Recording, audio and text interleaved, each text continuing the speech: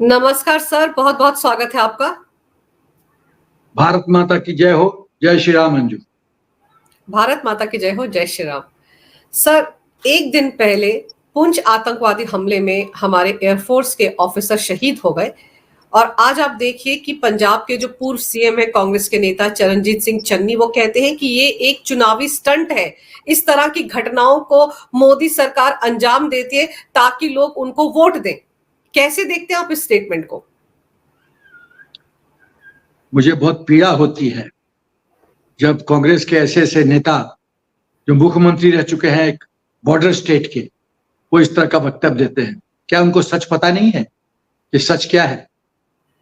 मतलब ये कमेंट, ये जो वक्तव्य है, ये अनकॉल्ड फॉर है, ये अनवारंटेड है, ये मोटिवेटेड है, ये फेक नैरेटिव क्रिएट करने का प्रयत्न है, ये पाकिस्तान को एक प्रोपेगेंडा और टूल देने का प्रयत्न है। पाकिस्तान को मौका मिले कि यूनाइटेड नेशंस से बोलोगे, देखो हिंदुस्तान के देश के अंदर पंजाब के एक्स मिनिस्टर, चीफ मिनिस्टर बोल रहे हैं ये बात। ये तो षड्यंत्र है। और जिस तरह से मैं देख रहा हूं कि हिंदुस्तान में राजनीति कितने कितने नीचे स्तर पे आ रही है, तो ये बहुत बड़ी चिंता का विषय है। ये सत्ता के खोज में, सत्ता के मोह में, सत्ता के लस्ट में ये भारत माता के साथ विद्रोह कर रहे हैं, राष्ट्रद्रोह कर रहे हैं। ये बहुत गंभीर विषय है। क्या इनको सच पता नहीं है? ये वही लोग हैं जिन्होंने सर्जिकल स्ट्राइक्स का प्रूफ सबूत मांगा था। ये वही हैं जो पुलवामा अटैक में भी इन्होंने यही कहा था, मोदी सरकार ने करवाया था। और बीजेपी का एक्स पार्टी मेंबर ये सतपाल मलिक, ये भी इनके चंगुल में फंस गया और इसने भी बकवास करना शुरू कर दिया कि हेलीकॉप्टर मैंने ऑफर किया था। अरे ट्रूप्स मूवमेंट हेलीकॉप्टर से नहीं होता मलिक साहब, थोड़ा दिमाग लगाओ। दिमाग नहीं है, फौज के बारे में ज्ञान है तो हम फौजियों से पूछ लो, सेना के अफसर से, कि ट्रूप डिप्लॉयमेंट हर एक 3-4 किलोमीटर पे हर एक जवान का डेस्टिनेशन आता है। हेलीकॉप्टर लैंड करेगी, फिर टेक ऑफ करेगी, फिर लैंड करेगी। एक हेलीकॉप्टर में कितने लोग बैठ सकते हैं? पुलवामा कितने लोग बस में ट्रेवल कर रहे थे? ज्ञान कुछ है नहीं। जब ट्रूप्स मूव करते हैं 40, 50, 100 मूव करते हैं, कन्वॉय होता है। एक हेलीकॉप्टर में कितने लोग बैठ सकते हैं? मतलब ज्ञान विहीन लोग इस तरह की टिप्पणी करते हैं तो पॉलिटिकल डिस्कशन, पॉलिटिकल डिस्कोर्स इतने नीचे स्तर पे आ गया है। ये राष्ट्र के लिए चिंता का विषय है। ये सिर्फ और सिर्फ फेक नैरेटिव क्रिएट करते हैं। या सर, आप ये देखो कि फवाद चौधरी जो उस वक्त पाकिस्तान का मिनिस्टर था, उसने संसद के अंदर कहा था कि पुलवामा हमने करवाया है और उसके बाद भी इस देश के जो ऑपोजिशन के लीडर थे उनको सबूत चाहिए थे। वो उसको 2019 के लोकसभा चुनाव के साथ जोड़कर पेश कर रहे थे और आज भी जब ये बातें चन्नी कह रहे हैं तो पुलवामा का जिक्र भी कर रहे हैं, जबकि वहां का मिनिस्टर खुद कह चुका था कि हमने करवाया, पाकिस्तान ने करवाया। आप सोचिए, इस तरह की राजनीति है। देखो, आप देखिए कि जब फवाद चौधरी खुद एडमिट कर रहा है कि हमने करवाया, लेकिन हिंदुस्तान के लोग कह रहे हैं नहीं, पाकिस्तान ने नहीं करवाया। इससे ज्यादा राष्ट्रद्रोह क्या हो सकता है? ये खाली निम्न स्तर पे नहीं आ रहे हैं, ये हमारे सेना के लोगों के शहादत का मजाक उड़ा रहे हैं। ये शहादत पे सियासत का गेम खेल रहे हैं। ये मृत शरीर पे, मृत शव पे ये पॉलिटिकल गेम खेल रहे हैं। ये गिद्ध का एटीट्यूड है, गिद्ध। ये गिद्ध वाला अप्रोच। धिक्कार है ऐसे ऐसे लोगों जो पॉलिटिकल सिस्टम में, जो हमारे सेक्रीफाइस, हमारे सेना के लोगों की शहादत पे इस तरह का गेम खेलते हैं। धिक्कार है ऐसे ऐसे लोग। और मैं एक चीज और बोलना चाहता हूं कि पाकिस्तान के साथ जो प्रेम है कांग्रेस का, वो तो आप कहिए तो मैं टिप्पणी करूं कि कितने उसका प्रेम जहां कहां झलकता है, कैसे झलकता है। जी, मैं फुली कन्विंस्ड हूं कि कांग्रेस पार्टी और स्पेशली नेहरू परिवार पाकिस्तान का एक्सटेंशन काउंटर है। मैं आपके श्रोताओं से खाली एक प्रश्न पूछना चाहता हूं, क्या पाकिस्तान दुश्मन है हमारा या मित्र है। यदि दुश्मन है तो कांग्रेस और नेहरू परिवार पाकिस्तान की भाषा क्यों इस्तेमाल करता है? पाकिस्तान कहता है 370 नहीं हटना चाहिए, राहुल गांधी कहता है हम सत्ता में आएंगे 370 वापस लाएंगे। आप चन्नी कहता है कि ये पॉलिटिकल स्टंट है। 26/11 में मनमोहन सिंह सरकार क्लीन चिट दे देती है पाकिस्तान को, और भगवा आतंकवाद का ये मोहर लगाया जाता है।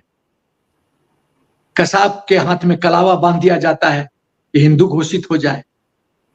वो तो शुक्र है भगवान का कि कामले साहब ने उनको पकड़ लिया, जीते और सब भेद खुल गया।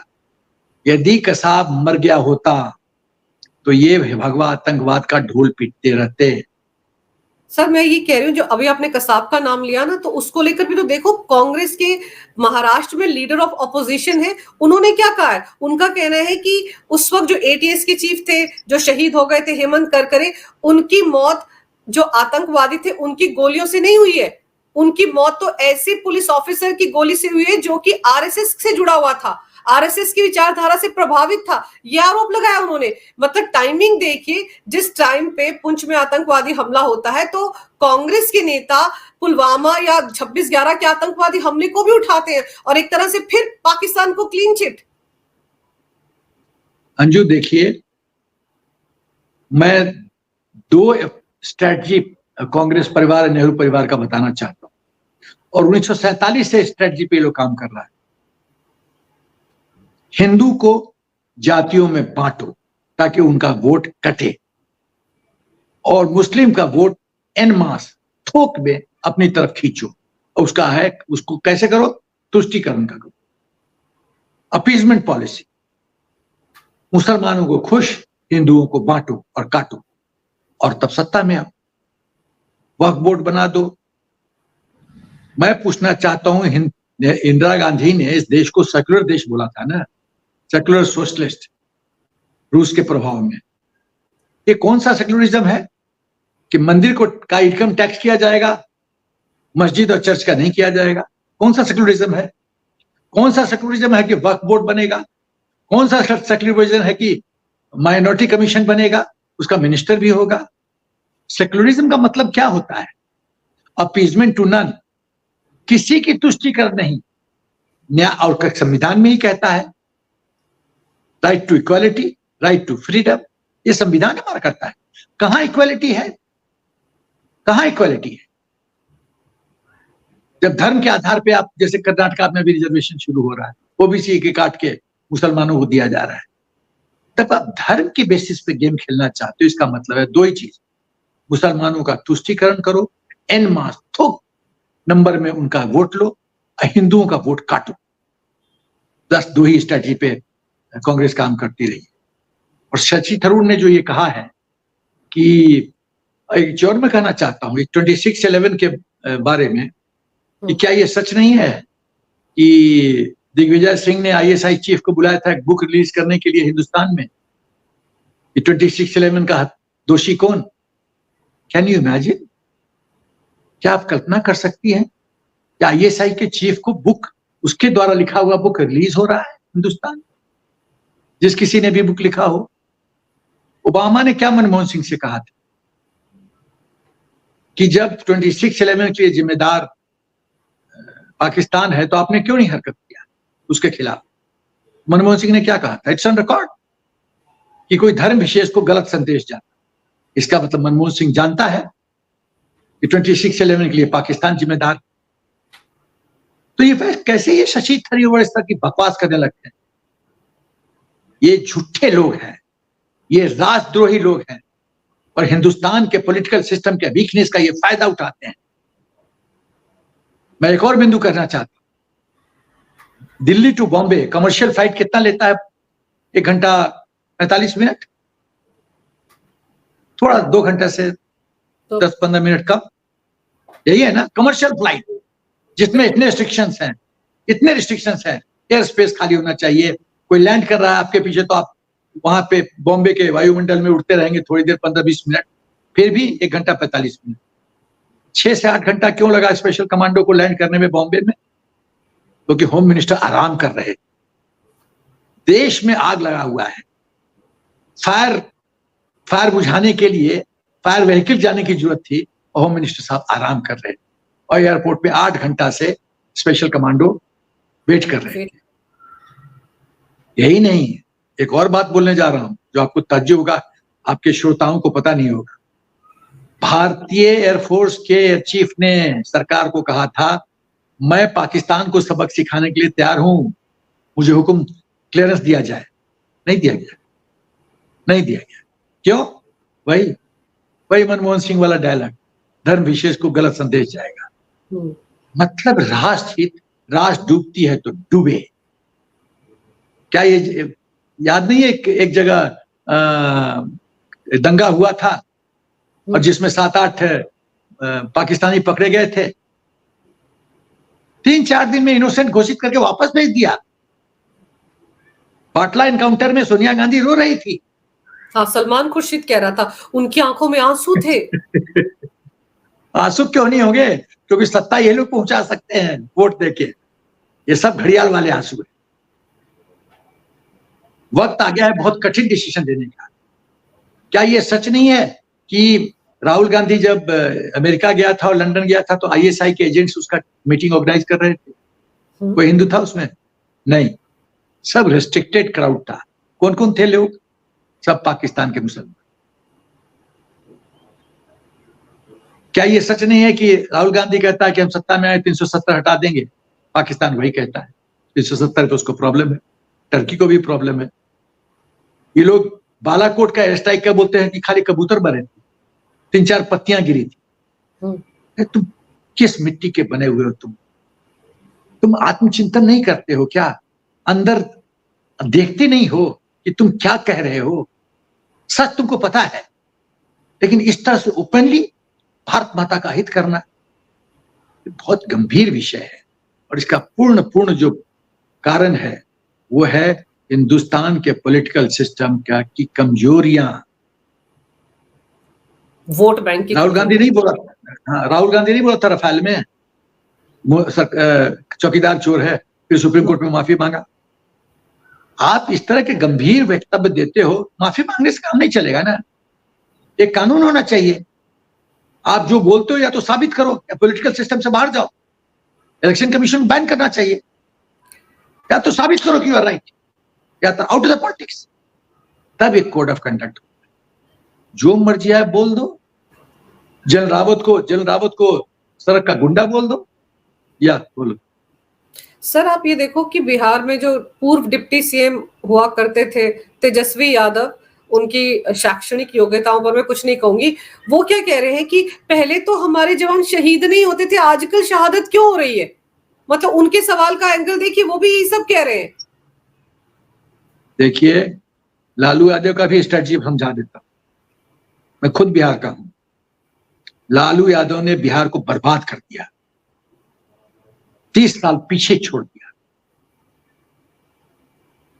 शरेआम एल्फिस्टन सिनेमा के सामने एक पर्सनल डॉक्टर का कार पिकअप होता है, और कहां पाया जाता है? किसी बिहारी से पूछ लीजिए किसके घर में पाया जाता है। और वो आदमी बोलता है कि सब गरीब बा, दे दी पैसा थोड़ा, 2 लाख दे दी, ले जाए कार। ये तो हालत है बिहार। किडनैपिंग होता है। लालू का क्या अप्रोच था? MY, Muslim Yadav combination.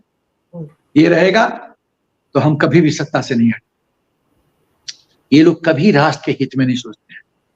Bihar जो इंडिपेंडेंस के टाइम में, जब बाबू श्री कृष्ण सिंह हमारे बिहार के मुख्यमंत्री थे, Bihar, it's on record, Bihar Hindustan का सबसे बेस्ट एडमिनिस्ट्रेटेड स्टेट था।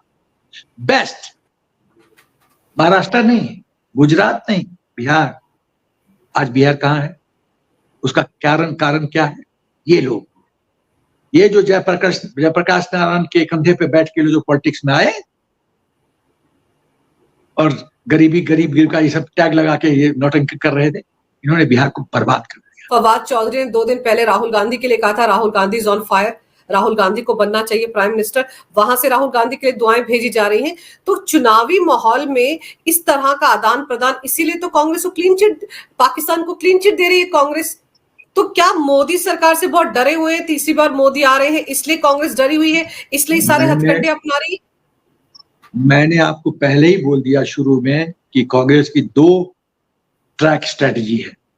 हिंदुओं का वोट बांटो, मुसलमान का वोट थोक मिलो। तो कैसे पॉसिबल है? पाकिस्तान को खुश करो। पाकिस्तान किस बात से खुश होगा कि 370 हम वापस लाएंगे। पुलवामा अटैक मोदी सरकार ने करवाया, अभी ये जो वारदात हुआ है मोदी सरकार ने करवाया, इससे पाकिस्तान खुश होता है।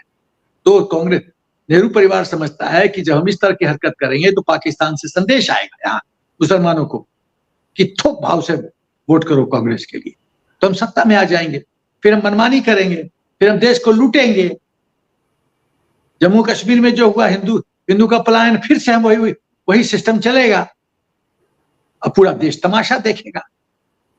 ये है खेल, इसीलिए प्रो पाकिस्तान स्टेटमेंट्स आता है। तो हमारे डिफेंस मिनिस्टर राजनाथ सिंह ने जो स्टेटमेंट दिया कि पाक ऑक्युपाइड कश्मीर जो है उस पर हम कब्जा कर लेंगे, वो हमारा ही हिस्सा है, बहुत जल्द हमारे साथ होगा। तो फारूक अब्दुल्ला को कितनी मिर्ची लगी, वो क्या स्टेटमेंट दे रहे हैं कि पाकिस्तान ने चूड़ियां नहीं पहन रखी हैं, उनके पास तो एटम बॉम्ब भी है। वो मतलब हिंदुस्तानी है, भारतीय है फारूक अब्दुल्ला या पाकिस्तानी है? क्या फारूक अब्दुल्ला, तो मैं बोलता हूं, फारूक अब्दुल्ला को जानते हो अंजू? क्या कहा जाता है? डांसिंग मुख्यमंत्री। जब जम्मू कश्मीर जल रहा था तो ये लंदन में डांस कर रहा था, डिस्को डांसर, सॉरी इसको कहा जाता है किसी ऑर्गेनाइजेशन में डिस्को डांसर। इसने अपना राजधर्म तो निभाया नहीं, खाली शेख अब्दुल्ला का बेटा होने के नाते बैठ गया मुख्यमंत्री। ये फारूक अब्दुल्ला हो, महबूबा हो, ये पाकिस्तान के एजेंट्स हैं, ये राष्ट्रद्रोही हैं। मैं फारूक अब्दुल्ला से क्वेश्चन पूछना चाहता हूं, कारगिल वॉर के समय भी तो था एटम बम, कहानी मुशर्रफ ने इस्तेमाल किया। फारूक अब्दुल्ला जी बताइए जरा मेरे को, जो बकवास करते रहते हैं आप टीवी पे, आपका जो हृदय रोदन होता है पाकिस्तान के लिए, उसने चूड़ियां नहीं पहन रखी है, उसके पास एटम बम है, तो आप किसको सपोर्ट कर रहे हो? आप किसको डराने की कोशिश कर रहे हो? आप क्या संदेश दे रहे हो कि भारतीय की सेना कमजोर है, वो पाकिस्तान को फेस नहीं कर सकती? एक युद्ध जीती है हमसे क्या? 1999 में कारगिल वार में कहां था एटम बम? अच्छा, मुशर्रफ ने प्रेसिडेंट अमेरिका को बोला था कि हम न्यूक्लियर ऑप्शन लेंगे, तो वाजपेयी जी उस समय हमारे प्रधानमंत्री थे, रात के 2:30 बजे फोन आया था प्रेसिडेंट अमेरिका का। वाजपेयी जी ने क्या कहा था? मैं 30 to 50% भारत को राइट ऑफ कर दूंगा, लेकिन मैं आश्वासन देता हूं कि कल सुबह का सूर्योदय नहीं देखेगा पाकिस्तान। खत्म हुई, जो कॉन्फिडेंस था खत्म हो गया, दुम दबा के भागा मुशर्रफ। ये गलती हमारी देश की है, जो मिलिट्री जियो स्ट्रेटेजिक एडवांटेज देती है राष्ट्रीय नेतृत्व को, वो गवा देते हैं। चाहे 65 वार हो, चाहे 71 वार हो, हम खून बहाते हैं और हमारा खून व्यर्थ चला जाता है। देश के कोई भी प्रधानमंत्री को यह घोषणा करने की जरूरत है, जो जमीन हम जीतेंगे लड़ाई के समय, हम कभी नहीं लौटाएंगे, नेवर, कभी नहीं लौटाएंगे। तब तो डर रहेगा ना। हम लाहौर तक पहुंच गए थे, क्यों लाहौर लौटा दिया? ये खाली लोग, मतलब देखिए, आप पॉलिटिकल अपोजिशन पार्टी हैं, आपका हक बनता है प्रेजेंट सरकार को टिप्पणी देने के, क्रिटिसाइज करने की, आपका राइट। पॉलिटिक्स में, डेमोक्रेसी में चलता है। जब तक क्रिटिसाइज नहीं करेगा तब तक बेस्ट कैसे निकलेगा? बात सही है। बट आप मोदी जी को का तिरस्कार करते करते आप तो भारत माता के साथ राजद्रोह कर रहे हो और सिर्फ तुष्टीकरण की राजनीति। अंजू, ये लोग जो हैं, ये सिर्फ और सिर्फ जब तक भारतीय एडमिनिस्ट्रेशन का जो साख है ना, जो बुलडोजर इनकी तरफ नहीं चलता है तो ये बकवास करते हैं। जब बुलडोजर चलता है तो इनकी हेकड़ी गायब हो जाती है, ये कांपने लगते हैं। बुलडोजर चलने की जरूरत है इनके खिलाफ। बहुत इन्होंने मनमानी किया, बहुत लूटा। ये महबूबा ये बड़ी बड़ी बातें करती है। इसने चीफ मिनिस्टर वेलफेयर फंड से अपने मदर को पैसा दिया है, ट्रांसफर किया है। ये लोग मतलब बुरी तरह से इन्होंने पॉलिटिकल सिस्टम का एक्सप्लॉइट किया है, लूटा है देश को। इनके पेट में दर्द हो रहा है कि इनकी जो तुष्टीकरण की राजनीति, इसके बावजूद ये सत्ता में नहीं आ रहे हैं। यही चिंता का विषय है। इलेक्शन के टाइम पे ये जान के ये नैरेटिव क्रिएट करते हैं ताकि मुसलमान थोक भाव से वोट करें। यही बात या सर, इनको भी तो फंडिंग मिलती थी प्रोपेगेंडा चलाने के लिए पाकिस्तान से। आईएसआई इनको भी तो फंडिंग करता था। अंजू, मैं आपको थोड़ा पीछे ले जाना चाहता हूं। ये जो नोटबंदी हुआ था, इससे कांग्रेस के पेट में, राहुल गांधी के पेट में क्यों दर्द हुआ? FICN, fake Indian currency note बनाने के लिए पाकिस्तान में 2 फैक्ट्री थे। FICN मोदी जी के लाने की वजह से वो बंद हो गए। उस दोनों, एक फैक्ट्री का जो मालिक था उसको हार्ट अटैक हो गया, क्योंकि कितने बिलियन डॉलर्स का जो इंडियन करेंसी नोट्स था वो शून्य हो गया, कागज हो गया। वो सदमा बर्दाश्त नहीं कर पाया, उसको हार्ट अटैक हुआ, मर गया। वो मर गया। 72 के पास पहुंच गया। 72 और राहुल गांधी यहाँ छाती पीट रहा था, नोटबंदी नोटबंदी। ये चिदम्बरम जो है ना, ये लोग राष्ट्रद्रोही, ये जो पॉलिटिकल सिस्टम है, जो चिदम्बरम है, ये फाइनेंस मिनिस्टर था। इसने उसी इटालियन फर्म से पेपर खरीदा जिसे पाकिस्तान ने खरीदा। चिदम्बरम से पूछिए ना, उसका इंटरव्यू लीजिए ना, कि शिप्स में जो भर भर के कंटेनर आए थे FICN नोट्स, किसके इशारे पर अनलोड हुआ था? चिदम्बरम साहब, हिम्मत है तो मेरे से इंटरव्यू, मेरे से 1 to 1 कर दो ना इंटरव्यू, फिर तुमको बताता हूं मैं तू क्या चीज। आज मैं तुमको चैलेंज करता हूं, 1 to 1 अंजू पंकज एंकरिंग करेगी, हम और तुम बहस करेंगे। देखता हूं हिम्मत है तो आजा मैदान में। देशद्रोही लोग, भारत माता का हित करता है सत्ता के मुंह में, भ्रष्टाचार करता है, ये कहानी है। तो ये लोग की जो स्ट्रैटेजी रही है ना, मैं फिर से रिपीट करता हूं, तुष्टीकरण की राजनीति, हिंदुओं को डिवाइड करो, सत्ता में आओ, देश को लूटो। कोई या प्रधानमंत्री बन गए तो पाकिस्तान थोड़ी है कि आपको कोई चुनौती देगा। मनमानी करो, प्रधानमंत्री होता भाई हिंदुस्तान में। इज द लास्ट वर्ड, किसी फैसले के लिए इज द लास्ट वर्ड। तो यही है, बहुत दुख की बात होती है। ये लोग सत्ता में आना है तो मैं इनको सुझाव देता हूं, एक बेहतर, मोदी सरकार से बेहतर गवर्नेंस मॉडल दिखाओ।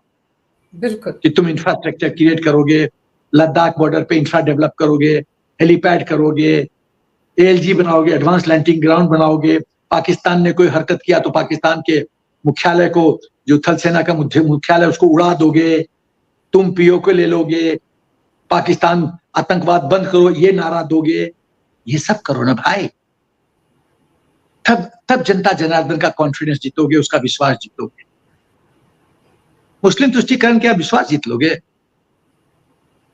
और दुख, सच तो यह है कि आपने मुस्लिम का खाली उल्लू बनाया है। उनको भी कुछ नहीं दिया।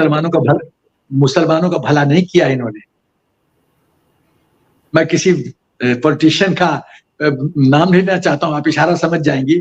बिहार में किसी ने किसी से पूछा, पॉलिटिशियन से, आप इतना एम्बाई करते रहते हैं, क्या किया? तो कहता है, बकलोल बानी का हम। अरे ये लोग पढ़ लिख लेगा तो हमको चुनौती देगा, ये लोग को गरीब कमजोर रहने दो, अनपढ़ रहने दो, ये वोट करेगा हमको। जब इस तरह की सोच है तो बिहार का विकास कैसे हो? बताइए, कैसे विकास होगा? जंगल राज था बिहार में, लड़कियां 5-6 बजे के बाद लड़कियां घूम नहीं सकती। पटना में ये लोग बड़ी बड़ी बातें करते हैं। अपना इतिहास देखो पहले, तेजस्वी, पहले अपना इतिहास देखो, फिर मुंह खड़ा करो। लेकिन सर, सवाल तो ये भी पूछा जा सकता है ना कि जब 2008 में मुंबई में सबसे बड़ा आतंकवादी हमला हुआ था, तो 2009 में भी तो चुनाव थे, तो क्या वो कांग्रेस ने करवाया था?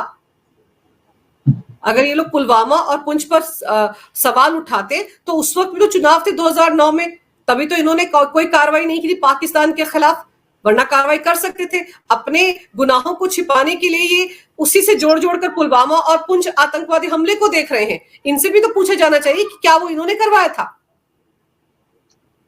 अंजू, इनका पाप का घड़ा भर चुका है।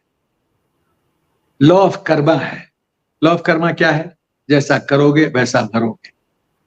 जी, जिस तरह से इन्होंने भारत माता को कमजोर किया, 1947 से बोल रहा हूं, देश का विभाजन, और जब धर्म के आधार पे विभाजन हुआ तो मुसलमान 100% क्यों नहीं गए पाकिस्तान? बिल्कुल जाना चाहिए था। और जो यूपी के, बिहार के मैक्सिमम मुस्लिम्स पाकिस्तान मांगे थे, वो हिंदुस्तान में क्यों रह गए? पाकिस्तान के आप कुछ मांगती हैं, वो जमीन, मुझे ये जमीन चाहिए, ले लो भाई जमीन, आप नहीं आती हैं, क्यों? आप यूनाइटेड नेशन चले जाते हो, वो पाकिस्तान के मिलिट्री के और सिविलियंस के वेशभूषा, मिलिट्री जो है सिविलियन के वेशभूषा में अटैक करती है, वो तो शुक्र है सरदार वल्लभ भाई पटेल जी का, जिनके विल पावर के तहत नेहरू उस मीटिंग में चुप था। ये तो पटेल जी ने कहा आर्मी चीफ को, एक्शन करो। पटेल साहब नहीं होते तो इस देश का क्या होता, आप समझती है? 545 542 घराने थे, ये तो हिंदुस्तान टुकड़े टुकड़े हो जाता। और यही डायलॉग ये राहुल गांधी बोलता है, India is union of states. India एक देश नहीं, यूनियन ऑफ स्टेट्स है। ये आदमी, मैं क्या बताऊं, कम्युनिस्ट की भाषा है ना। ये आदमी, मैं बता रहा हूं, ये आदमी क्या है मुझे समझ में नहीं आता है। कैसे ये सपना देखता है प्रधानमंत्री बनने का। सर, ये वो राजनीतिक पार्टियां हैं जो सिर्फ अपने हितों की बात करती हैं, इनको राष्ट्रहित से कोई लेना देना नहीं है। लेकिन सर, देश की जनता समझ रही है, और आपने जो बातें विस्तार से मेरे दर्शकों को समझाई हैं, वो भी उनके जहन में उतर गई होंगी। तो आपने समय निकाला सर इस चर्चा में हिस्सा लेने के लिए, आपका बहुत बहुत धन्यवाद। नमस्कार, भारत माता की जय हो, वंदे मातरम। भारत माता की जय हो, जय श्री राम।